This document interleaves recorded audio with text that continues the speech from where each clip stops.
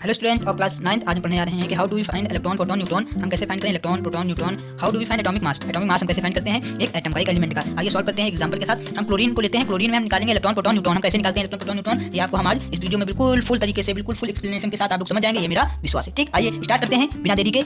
हमने एक एलिमेंट का एक एटम लिया है, जैसे कि एलिमेंट हमारा क्लोरीन है, उसका एटम है हमारा क्लोरीन। ठीक, इसमें हमारा कितना एटॉमिक नंबर है इसका, बस केवल एक चीज बताओ, एटॉमिक नंबर। एटॉमिक नंबर याद कर लीजिए, electron proton neutron valency valence electron सब निकालना बता देंगे बेटा बिना किसी हेडेक के। चलिए, ये हमारा एटम है क्लोरीन का, इसमें हमारे एटॉमिक नंबर है 17। अब इसका हमें क्या निकालना है, इलेक्ट्रॉन प्रोटॉन न्यूट्रॉन। ठीक, चलिए अब पहले हम इसका इलेक्ट्रॉन निकालते हैं। इलेक्ट्रॉन कैसे निकालते हैं भैया, आइए इलेक्ट्रॉन बताते हैं। इलेक्ट्रॉन के लिए देखिए हम लोग जानते हैं कि proton equal to electron equal to atomic number. ठीक, ये चीजें इक्वल हैं। ठीक, ये सब इक्वल होते हैं। तो हमारा एटॉमिक नंबर कितना है, 17 है। तो proton equal to electron equal to कितना हो जाएगा हमारा 17। इलेक्ट्रॉन प्रोटॉन से कितना हो जाएगा हमारा 17 हो जाएगा बिना हेडेक के। आप इतना बता दो कितना हो जाएगा, 17 हो जाएगा। ठीक, अब हमें एटॉमिक मास जो होता है ज्यादातर 1 से लेकर 30 तक। देखो 1 से हमारा ये देखिए हमारा एटॉमिक नंबर निकालने की ट्रिक इसमें भी मैं बिल्कुल बेहतरीन तरीके से बता रहा हूँ। जैसे कि हमारा इवन नंबर है, ठीक, और ऑड नंबर है। ठीक, अगर इवन नंबर है तो उसका दुगना हो जाएगा, बस वो उसका क्या होगा, एटॉमिक मास हो जाएगा। ऑड है उसमें उसका दुगना करके, जैसे कि 17 है, 17 का दुगना करके हमारा 34 होगा, उसमें 1 ऐड कर देना है। बस 34 है तो उसमें 1 ऐड कर देना है। मतलब कि एक नंबर लो, उसका 2 से मल्टीप्लाई करो और प्लस 1 कर लो। ठीक, कोई भी एलिमेंट है उसका, ये एलिमेंट है यहाँ पे, ठीक, उसका एटॉमिक मास एलिमेंट का एटॉमिक नंबर है। क्या एलिमेंट का एटॉमिक नंबर है, एलिमेंट का क्या है, एटॉमिक नंबर है। ठीक, क्या है, एटॉमिक नंबर है।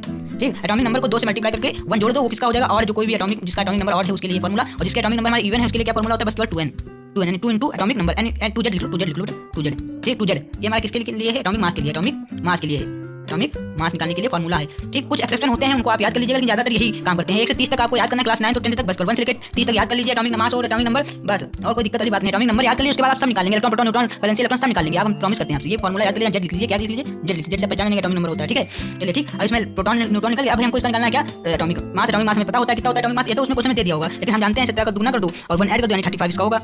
क्या होगा, 35.5। एक्सेप्शन होता है, 0.5 लग गया, लेकिन ज्यादातर दुगना ही हो जाते हैं। ठीक, एटॉमिक हम इसका फॉर्मूला जानते हैं, जेड प्लस एन। अब जेड कितना है हमारा बेटा, जेड है 17।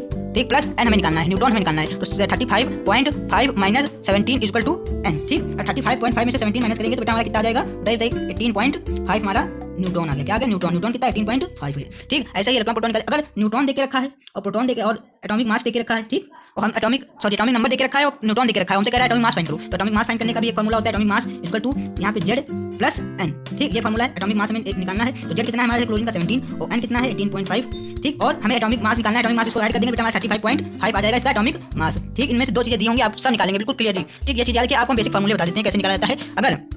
अगर एटॉमिक इसको एक को एटॉमिक मास से डिनोट, एटॉमिक मास जो होता है उसको ए से डिनोट करते हैं, और जेड को एटॉमिक नंबर होता है उसको जेड से डिनोट करते हैं। एन हमारा न्यूट्रॉन होता है, इसको स्मॉल ही बनाते हैं। ठीक, ये फॉर्मूला होता है atomic mass equal to atomic number plus neutron. ठीक, ये फॉर्मूला याद कर लीजिए, बहुत बढ़िया काम आता है इसका, फर्स्ट। ठीक, दूसरा हमारा आता है प्रोटॉन इक्वल टू इलेक्ट्रॉन और न्यूट्रॉन।